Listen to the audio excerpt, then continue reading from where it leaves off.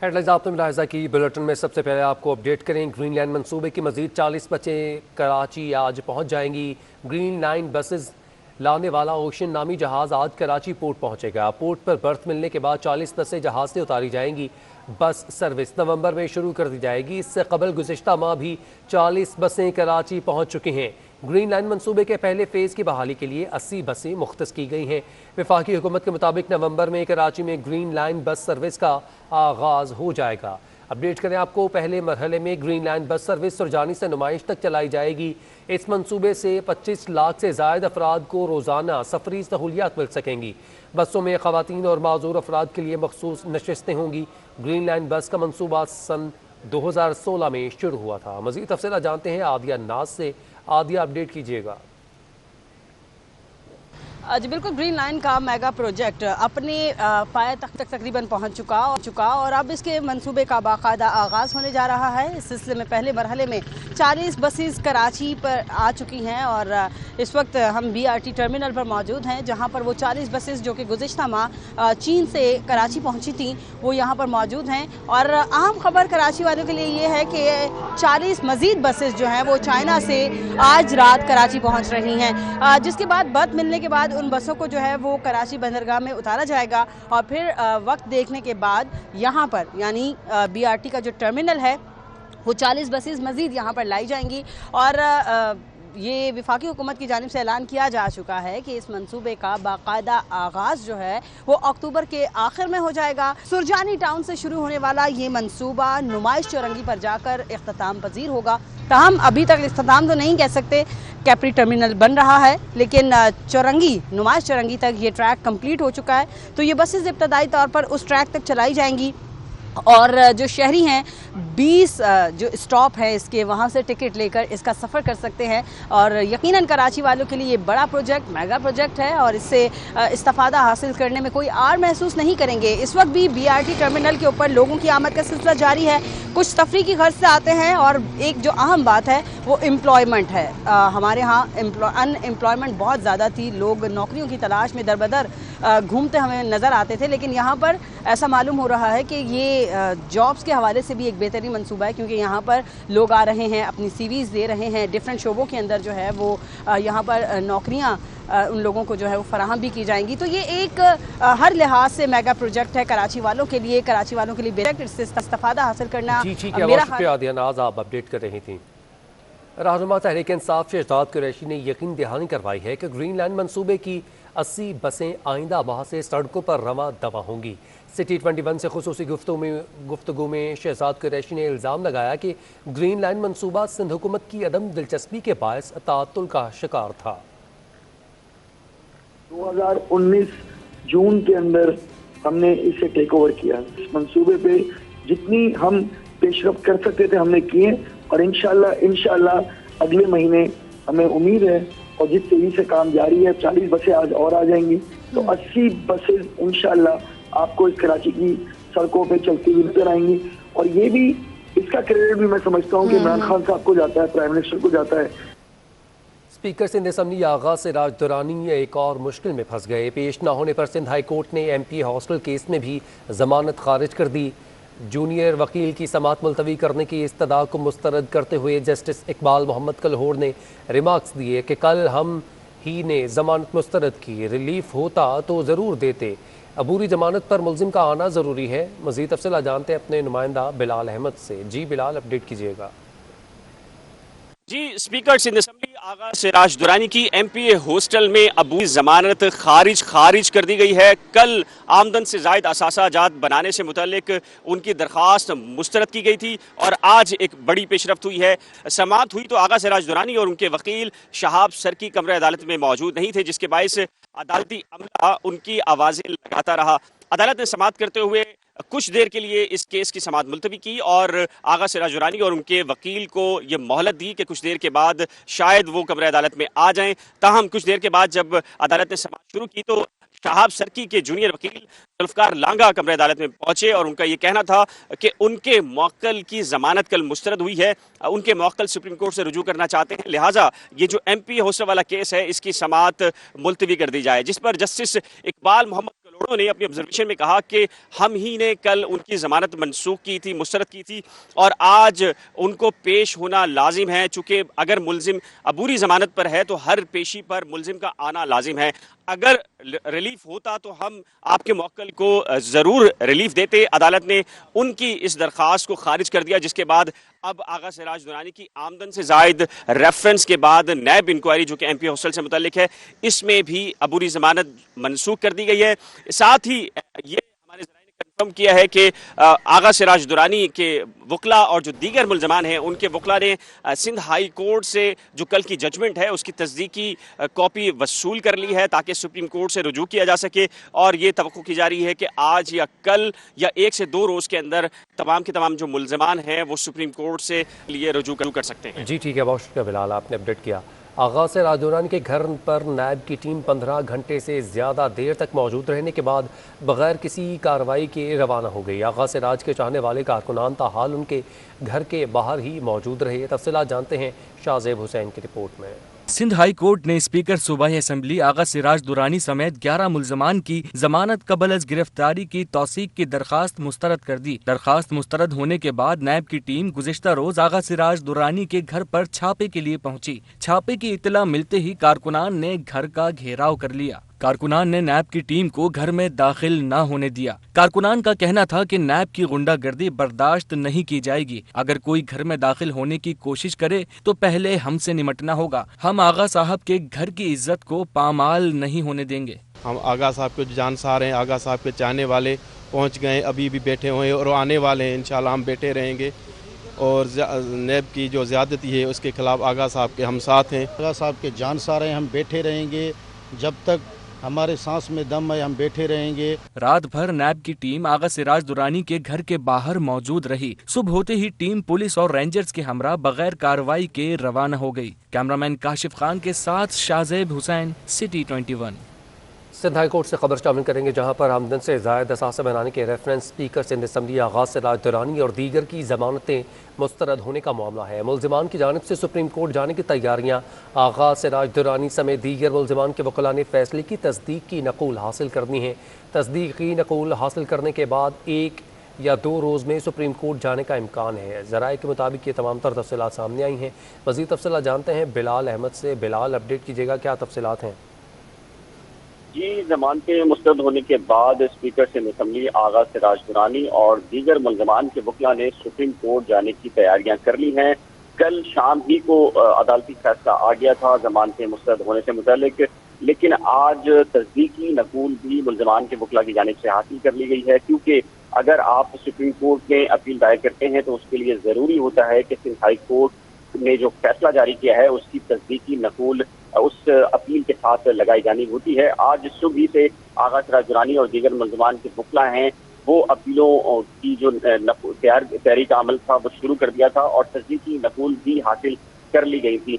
ज़राए ये बता रहे हैं कानूनी के तस्दीकी नकूल हासिल करने के बाद 1 या 2 रोज़ में तमाम के तमाम मुलजमान या फिर आगा सिराज दुरानी सबसे पहले सुप्रीम कोर्ट जाएंगे। इस हवाले से मुलजमान ने तैयारियां शुरू कर दी हैं और बाज़ मुलजमान के वकला हैं उन्होंने अपीलें तैयार की कर दी। जी ठीक है, बहुत शुक्रिया बिलाल, आपने अपडेट किया।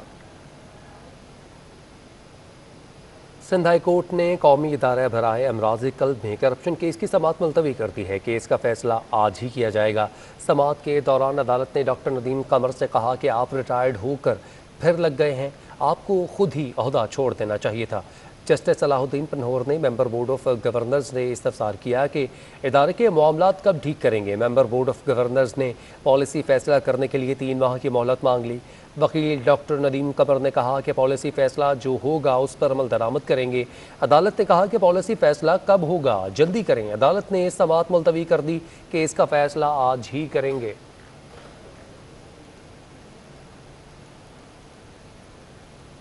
महकमा तालीम सिंध का अहम ऐलान सामने आया है। पोलियो, खसरा, रुबेला से बचाव की वैक्सीन मुहिम 15 नवंबर से शुरू होगी, जो कि 27 नवंबर तक जारी रहेगी।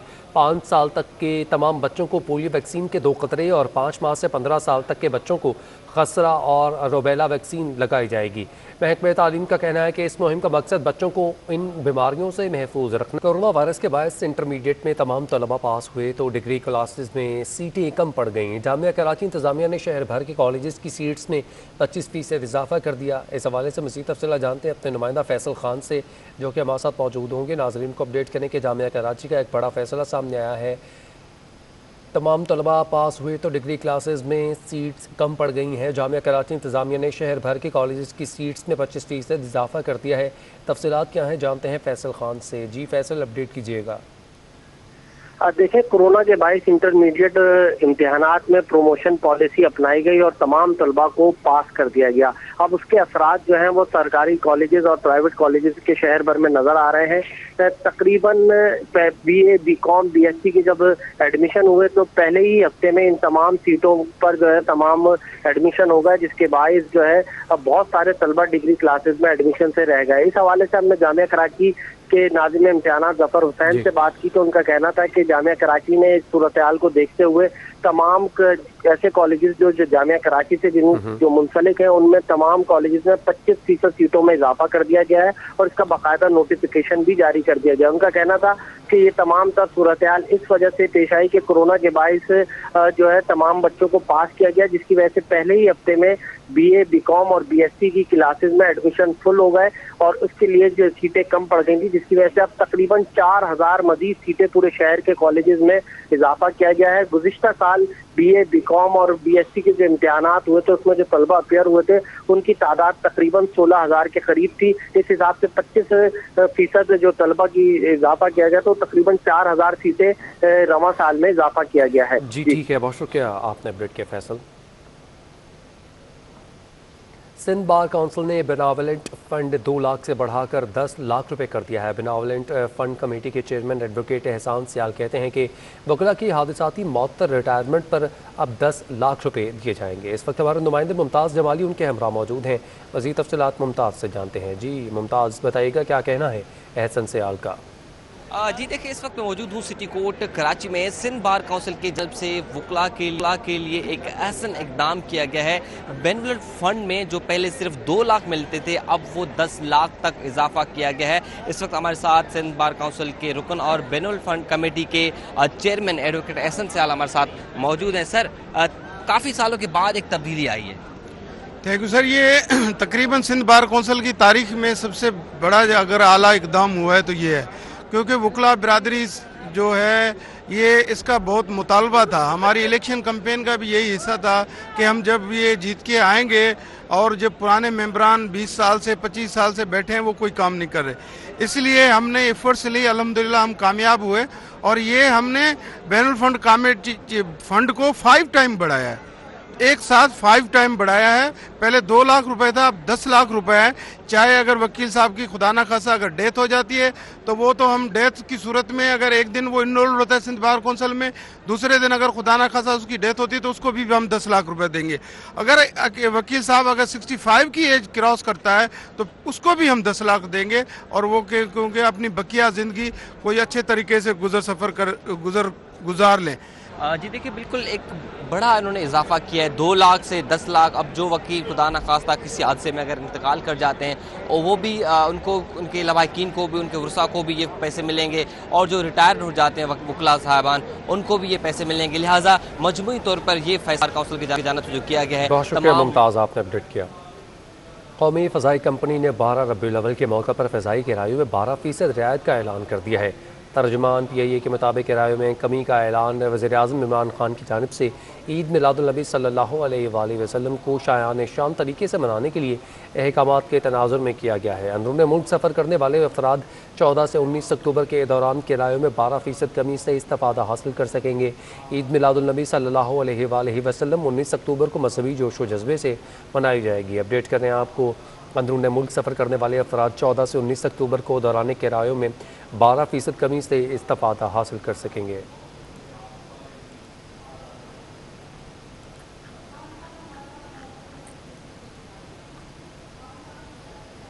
अभी आपको बताएं कि मुसलसल मंदी के बाद स्टॉक मार्केट के सरमायाकार सरगर्म हो चुके हैं। कारोबार के दौरान 100 इंडेक्स में 700 से ज़ायद पॉइंट्स की तेज़ी रिकॉर्ड की गई। इस हवाले से आपको अपडेट करें कि कारोबार के दौरान 100 इंडेक्स में 700 पॉइंट्स का इजाफा देखा गया है। इस हवाले से मज़ीद तफसीलात जानते हैं अपने नुमाइंदा अशरफ खान से। अशरफ बताएगा, तेज़ी देखी जा रही है स्टॉक मार्केट में, क्या तफसीलात हैं? जी, देखा जाए सरमायाकार सरगर्म हुए हैं। कुछ शेयर के बेहतर रेट होने की वजह से खरीदारी देखी जा रही है और कारोबार के दौरान अंडर इंडेक्स में 700 से ज़ायद पॉइंट की तेजी देखी गई। अंडर इंडेक्स 1.6% इजाफे से 45,900 का अबूर कर गया। अब तक देखा जाए 5,027 करोड़ रुपए मालियत के 14 करोड़ 86 लाख शेयर का कारोबार हो चुका है। माशी माहिरीन का कहना है गुज़िश्ता 4 माह में अंडर इंडेक्स में 10% की कमी हो चुकी है, जिसकी वजह से शेयर की बेहतर निर्ख होने पर सरमायाकारों की जान से खरीदारी का रुझान देखा जा रहा है। ठीक है, बहुत शुक्रिया अशरफ खान, आपने अपडेट किया।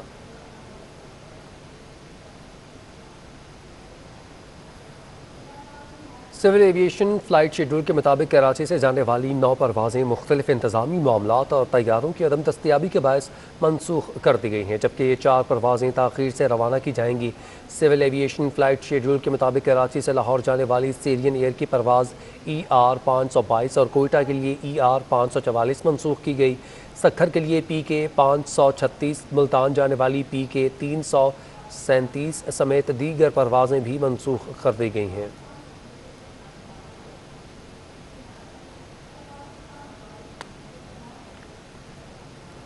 अंदरून मुल्क से कराची आने वाली ट्रेन का शेड्यूल मुतासर है। आज भी मुतादिद ट्रेनें ताख़ीर का शिकार हैं। ग्रीन लाइन तेज़गाम और इलामा इकबाल एक्सप्रेस 2.5 घंटे ताख़ीर से कराची पहुँचेंगी, जबकि कराची एक्सप्रेस 2 घंटे, बहाउद्दीन ज़करिया 1 घंटा 25 मिनट और पाक बिजनेस 5 घंटा ताख़ीर कराची कैंट स्टेशन पर पहुँचेगी।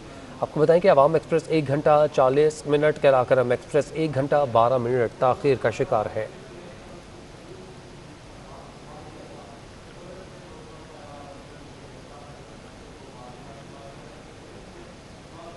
आगे बढ़े, आपको बताएं कि बल्दिया वस्ती की जानिब से हैरत अंगेज़ हुक्मनामे सामने आने लगे हैं। अफसरान को यौमिया बुनियाद पर तब्दील किया जा रहा है तो दूसरी जानिब डायरेक्टर एडवर्टाइजमेंट की पोस्ट म्यूजिकल चेयर बनी दिखाई देती है। 12 अक्टूबर को म्यूनसिपल कमिश्नर ने शैमूना सदफ को डायरेक्टर लाइब्रेरीज तैनात किया। इस हुक्मनामे में आसिफ बेग को डायरेक्टर एडवर्टाइजमेंट की हैसियत से फ़राइज़ अंजाम देने का कहा गया। एक ही रोज़ बाद बल्दिया वस्ती के म्यूनसिपल कमिश्नर ने हुक्मनामा तब्दील कर दिया और एक मरतबा फिर शैमूना सदफ को डायरेक्टर एडवर्टाइजमेंट बल्दिया वस्ती तैनात कर दिया है। 12 अक्टूबर को जारी होने वाले एक और हुक्मनामे में साद सलीम को डिप्टी डायरेक्टर एडवर्टाइजमेंट की पोस्ट से फारिग करके कहा गया कि वो ड्यूटी के लिए अपने मुतल्लिका महकमे को रिपोर्ट करें। आपको बताएं कि कराची आलूदा शहरों में आज पहले नंबर पर रिकॉर्ड किया गया। एयर क्वालिटी इंडेक्स के मुताबिक हवा में मौजूद धुआं और मिट्टी के ज़र्रात के बायस फ़ज़ा आलूदा है। मज़ीद तफ़सीलात जानते हैं अपनी नुमाइंदा रबिया खान से। रबिया बताएगा, एयर क्वालिटी इंडेक्स कितना है कराची का? जी बिल्कुल, कराची में अगर एयर क्वालिटी इंडेक्स की बात करें तो इस वक्त जो है वो 181 दर्जा जो है वो एयर क्वालिटी इंडेक्स का कराची में रिकॉर्ड किया जा रहा है। और आज जो है वो दिन भर कराची नंबर 1 रहा आलूदा शहरों में, और दूसरा नंबर जो है जबकि लाहौर का था, जिसका एयर इंडेक्स जो है वो 170 है। इस वक्त जो है वो एयर इंडेक्स 181 है और आज सुबह से ही ये रिकॉर्ड किया जा रहा है कि कराची जो है वो आलूदा शहरों में आज नंबर 1 पर है। इसकी वजह जो बताई जा रही है वो महकमा मौसमियात का ये कहना है कि क्योंकि हवा की जो डायरेक्शन है वो सिम तब्दील हुई है, जिसके बायस जो है वो बिल्कुल हल्की और ना होने के बराबर जो है हवाएं चल रही हैं, जिसके बायस जो मौसम में धुआं है और जो मिट्टी के ज़र्रात हैं वो शामिल हुए हैं, जिसके बायस जो है वो स्मोक की सी सूरत हाल है। आज जो है वो पाकिस्तान में कराची पहले नंबर पर रहा है और आलूदा शहरों में कराची का आज पहला नंबर रिकॉर्ड किया गया है। जी ठीक है, बहुत शुक्रिया रबिया खान, आपने अपडेट किया। मॉडल ट्रायल कोर्ट शर्की ने कोरंगी में 6 साल बच्ची के साथ मुबैना ज़्यादती और कत्ल केस में समाअत के लिए मुकर्रर कर दिया है। अदालत ने फ़रीक़ैन को नोटिस जारी करते हुए 22 अक्टूबर को पेश होने का हुक्म जारी कर दिया। आपको अपडेट करें अहम खबर के हवाले से। कोरंगी में 6 साल बच्चे के साथ मुबैना ज़्यादती और कत्ल केस को समाअत के लिए मुकर्रर किया गया है। मुमताज़ जमाली से मज़ीद तफ़सीलात जानते हैं। जी मुमताज़। जी देखिए, कोरंगी में 6 साल बच्ची के साथ ज्यादती के बाद कत्ल करने के केस जो है वो मॉडल ट्रायल कोर्ट शर्की ने समाअत के लिए मुकर्रर कर दी है, जबकि अदालत ने केस में फरीकैन को 22 अक्टूबर तक जो है नोटिस जारी करते हुए जवाब तलब कर ली है। दहशतगर्दी में जो है मुकदमे में दहशतगर्दी की दिफात खत्म करते हुए ये केस सेशन अदालत मुंतकिल किया था, जहां पर डिस्ट्रिक्ट सेशन जज ने केस की फौरी समाअत करने के लिए ये केस दोबारा जो था मॉडल ट्रायल कोर्ट भेजा था, जहां पर आज मॉडल ट्रायल कोर्ट ने इस केस में जो है नोटिस जारी करते हुए 22 अक्टूबर तक फरीकैन को पेश होने का हुक्म दे दिया। इस केस में जो है गिरफ्तार मुलजिम जाकिर उर्फ अंडोला ने अपने जुर्म का भी एतराफ किया था, साथ साथ 2 ऐन शाहिदीन ने जो है उन्होंने भी मुलजिम को शनाख्त किया था। जी ठीक है, बहुत शुक्रिया मुमताज़, आपने अपडेट किया। शहर कायद में महंगाई ने शहरियों का जीना दो भर कर दिया है। सब्जी, फल समेत ग़ज़ाई अजनास और अशिया खुर्दनोश मनमानी कीमतों पर फ़रोख्त किए जा रहे हैं, तो वहीं डॉलर की कदर में दिन ब दिन इजाफा भी महंगाई की आग को हवा देने का सबब बनने लगा है। मज़ीद तफसीलात वसीम इफ्तिखार से। जी वसीम, अपडेट कीजिएगा। जी बिल्कुल, कराची में महंगाई ने आवाम का पीछा नहीं छोड़ा है। अगर हम बात करें रोज़मर्रा इस्तेमाल की अशिया की, तो उनकी कीमत हम देख रहे हैं कि बदसूर उसमें इजाफे का सिलसिला जारी है। गोश्त जो है वो शहरियों की कुव्वत ख़रीद से बाहर हो गया है। जो बकरे का गोश्त है वो मुख्तलिफ इलाकों में 1300 और कहीं कहीं पे सजायद पे फ़रोख्त हो रहा है, जबकि गाय का गोश्त बगैर हड्डी का 880 रुपये तक फ़रोख्त हो रहा है और हड्डी वाला जो है वो 700 या 720 रुपये पे फ़रोख्त हो रहा है। तो गोश्त खाना तो गरीब आदमी के लिए जो है वो ख्वाब बन चुका है होश रुबा महंगाई के नतीजे में, जबकि मुर्गी भी जो है वो शहरियों की कुव्वत ख़रीद से बाहर है, क्योंकि मुर्गी भी जो है वो जिंदा मुर्गी तकरीबन 280 रुपये तक फ़रोख्त हो रही है और इसी तरीके से अगर मुर्गी का गोश्त है वो तकरीबन 450 से लेकर 480 रुपये तक फ़रोख्त हो रहा है। अगर हम दालें की बात करें तो दालें भी जो है वो शहरियों के लिए उसको भी ख़रीदना मुश्किल हो गया है, क्योंकि दिन ब दिन जो है वो डॉलर की कीमतों में इजाफा देखने में आता है। चूँकि हमारे यहाँ पे दालें इम्पोर्ट की जाती है, तो उसके नतीजे में माश, मूंग समेत मुख्तलिफ जो दालें हैं, चना है, उनकी कीमतों में भी जो है वो इजाफा देखने में आ रहा है। इसी तरीके से सब्जियाँ भी जो है वो शहरियों की कुव्वत ख़रीद से बाहर है, क्योंकि कुछ सब्जियों में तो इस्तेकाम है, लेकिन मजमूई तौर पर जो सब्जियाँ हैं उनकी जो है वो ज़ख़ीरा अंदोज़ी के नतीजे में उनकी कीमतों में इजाफा है। तो होशरुबा महंगाई के नतीजे में जो है वो शहरी माशी मुश्किलात से दो चार हो चुके हैं और मुख्तलिफ इलाकों में जो बाज़ार हैं, चाहे वो होल सेल को या रिटेल हो, वहाँ पर हुकूमत की जानिब से कोई भी जो टीम है वो मुतारिक नज़र नहीं आती कि वो सरकारी जो नर्ख हैं उस पर अमल दरामद कराएँ। तो ये है कि जो दिहाड़ीदार तबका है या फिर जो तनख्वाहदार तबका है वो मौजूदा महंगाई की लहर की वजह से शदीद परेशान है। का मुतालबा है कि ठीक है, बहुत शुक्रिया वसीम, आपने अपडेट किया। बात करेंगे डॉलर की ऊंची उड़ान की।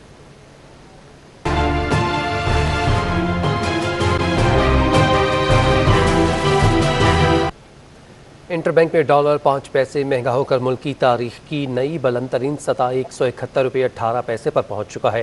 मुआशी माहिरीन का कहना है कि डॉलर बॉन्ड्स की मैच्योरिटी पर 1 अरब डॉलर की अदायगी पर रुपया दबाव का शिकार है, जिसकी वजह से डॉलर की कदर में मज़ीद इजाफा हुआ है। मज़ीद तफसीलात जानेंगे अशरफ खान से। अशरफ, अपडेट कीजिएगा, क्या तफसीलात हैं?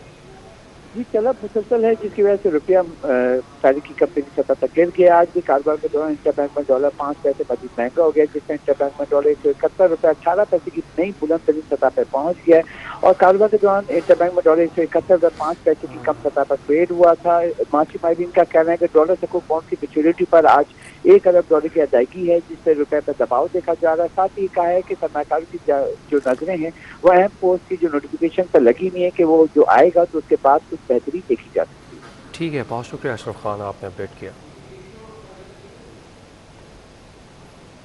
अब बात करेंगे शहर में जारी जराइम के हवाले से।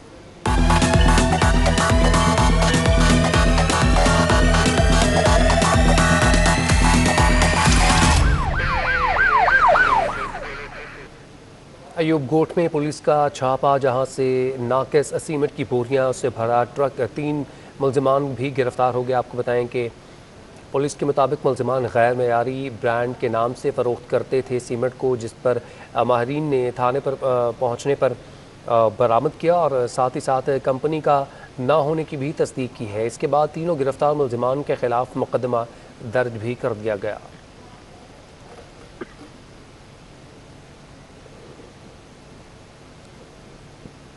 सिंध हाई कोर्ट में रिजविया सोसाइटी में सील शुदा इमारत में 7 मंजिला पोर्शन बनाने का केस है। सिंध हाई कोर्ट ने secretary housing and town planning DGSBA को नोटिस जारी कर दिए हैं। एडवोकेट जनरल बिल्डर्स काशिफ आबादी और अली और फैसल मेमन को भी नोटिस जारी कर दिए हैं। मज़ीद तफसीलात जानते हैं अपने नुमाइंदा बिलाल अहमद से। जी बिलाल, अपडेट कीजिएगा, क्या तफसीलात हैं इस केस के हवाले से? जी, रिजविया सोसाइटी में सीलशुदा इमारत में 7 मंजिला पोर्शन बनाने का ये केस है। सिंध हाई कोर्ट के जस्टिस इरफान सादत खान और जस्टिस फैसल कमाल आलम ने इस केस की समाअत की है और secretary housing and planning town planning, DG Sindh building control authority, advocate general Sindh, builders Rashid Abdi, Ali और फैसल मेमन को नोटिस जारी कर दिए हैं। दौरान समाअत इरफान अजीज एडवोकेट दरखास्त गुजार सैयद नैयर इमाम रिजवी की जानिब से पेश हुए और उनका ये कहना था कि Rizvia society plot number EI पर 7 मंजिला पोर्शन बनाए जा रहे हैं। अदालती हुक्म पर इस बिल्डिंग को सील किया गया था, लेकिन उसके बावजूद SBCA अफसरान। बहुत शुक्रिया बिलाल, आपने अपडेट किया। खजाने को नुकसान पहुंचाया गया। बहुत शुक्रिया, आपने अपडेट किया वकास खान। अभी बात करेंगे कारोबार के हवाले से।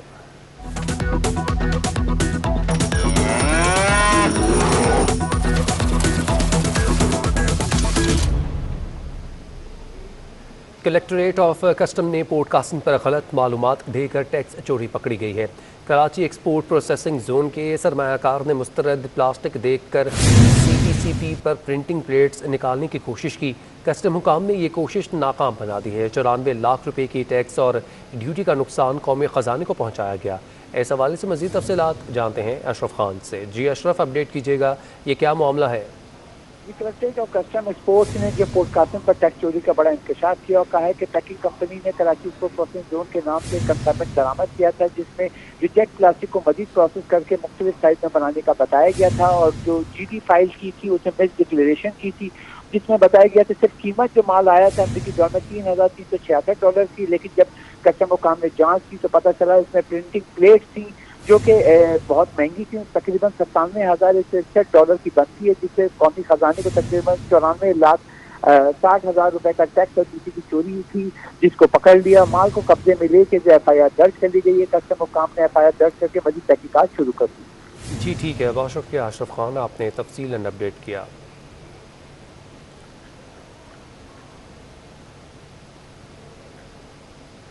अभी आपको बताएं कि सालाना इनकम टैक्स गोशवारे जमा करवाने के आखिरी 2 दिन है। FBR हुकाम ने साफ साफ कहा है कि इनकम टैक्स गोशवारे की आखिरी तारीख 15 अक्टूबर है, जिसमें मज़ीद तौसी नहीं की जाएगी। FBR हुकाम ने टैक्स दहिंदगान को साफ साफ कहा है कि सालाना इनकम टैक्स गोशवारे जल्द अज जल्द जमा करवा लें। आखिरी तारीख 15 अक्टूबर है, जिसमें मज़ीद तौसी नहीं की जाएगी। हुकाम का कहना है कि FBR का IRS ऑनलाइन पोर्टल 24 घंटे पूरी रवानी के साथ चल रहा है।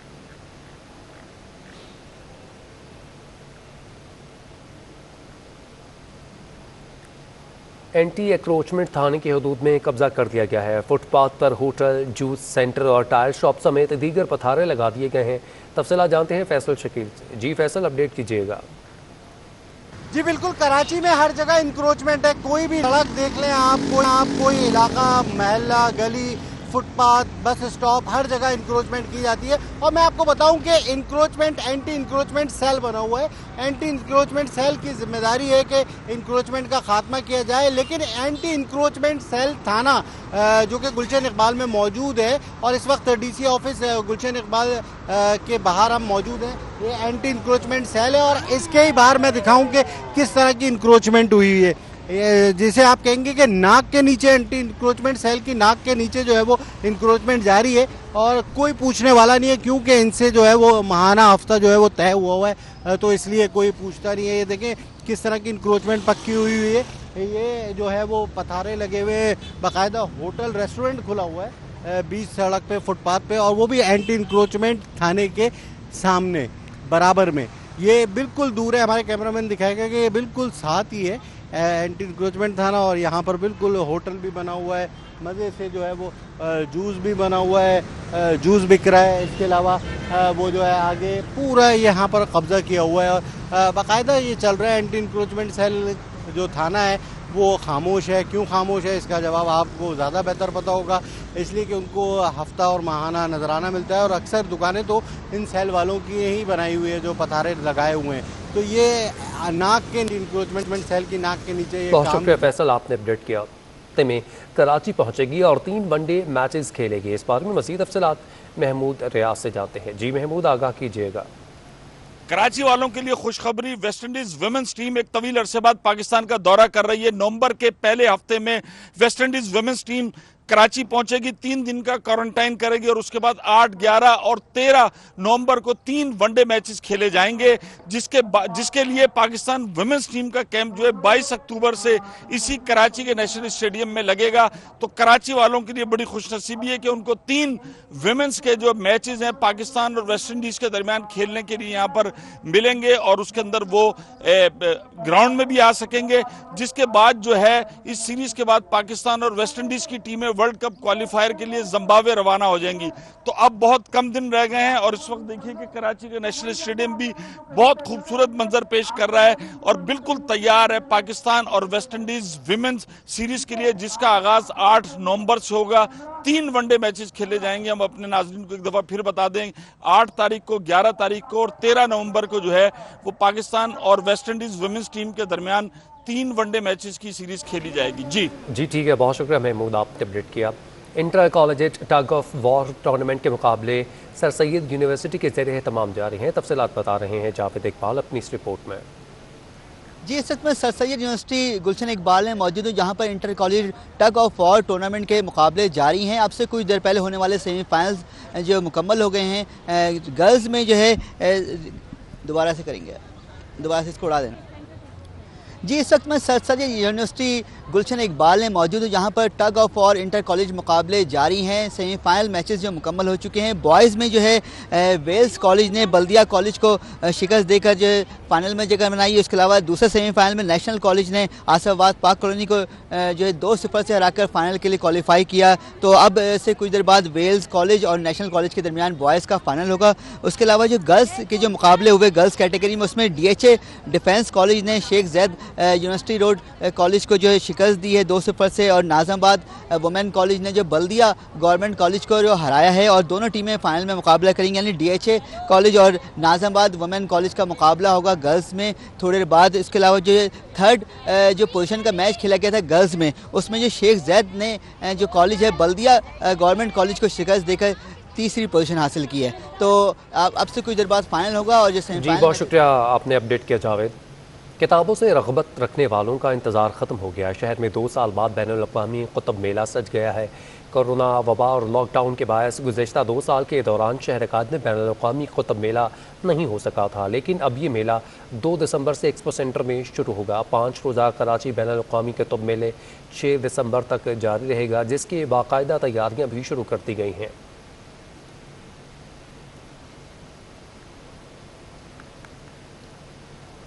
Arts council of Pakistan Karachi में महफिल मुसालमा का इनेकाद हुआ, जिसमें शोहराए कराम ने शहदाए करबला के नाम नजराना अकीदत पेश किया।